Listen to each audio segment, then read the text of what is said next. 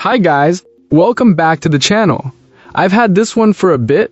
I didn't want to rush and make a video, but I also don't really need 20 minutes to cover it. So here's a quick take that took a while to get to. But before we get into that, don't forget to check this great discount for it. You can find the link in both the video description and the top comment below. Alright, enough talk. Let's get right into it. So, I picked up this electric bike hoping for a compact, practical ride for city living and weekend adventures, and I've been riding it enough to get a real feel for what this folding setup can do. The orange color is bright in a good way, so it's easy to spot in a parking lot, and the folding mechanism is something you notice right away, which is exactly why I bought it. The bike ships in a big box, and the assembly kit is actually pretty solid.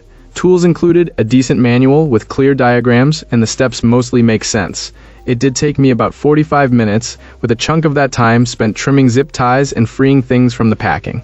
One odd thing I ran into was the manual starting to describe folding before the bike was fully together, and there was a front axle brace that needed removal before you could mount the wheel.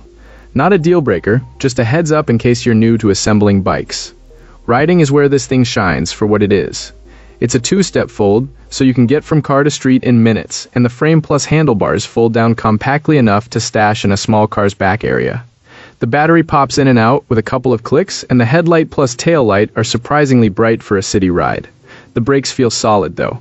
I did notice a slight rub on the front disc after I adjusted them a bit too aggressively during setup.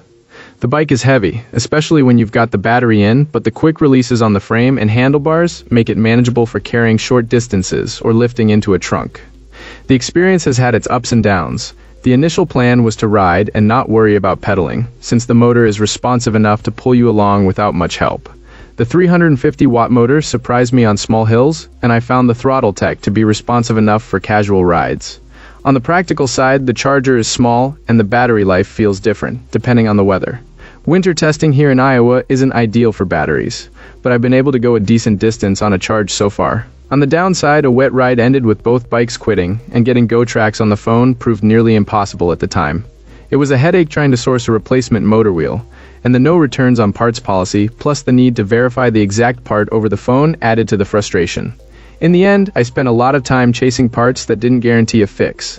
Update time. Gotrax eventually reached out and offered replacements or a full swap.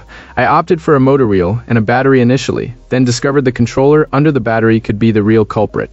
I asked for 2 controllers, one for each bike, and they shipped them. Replacing the controllers brought both bikes back to life, which tells me the controllers are the real vulnerability when water gets in. And that's the takeaway for me. The service arc improved after the initial hiccups, and Kayla from support stood out as incredibly helpful with a missing spacer issue during assembly. They even sent a whole new front wheel set to fix that part.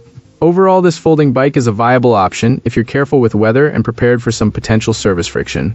It folds neatly, hauls well in a small car, and the riding experience is enjoyable enough for casual trips and park days. If you're looking for something easy to store and park, it's worth considering. Just go in with a plan for parts access and support.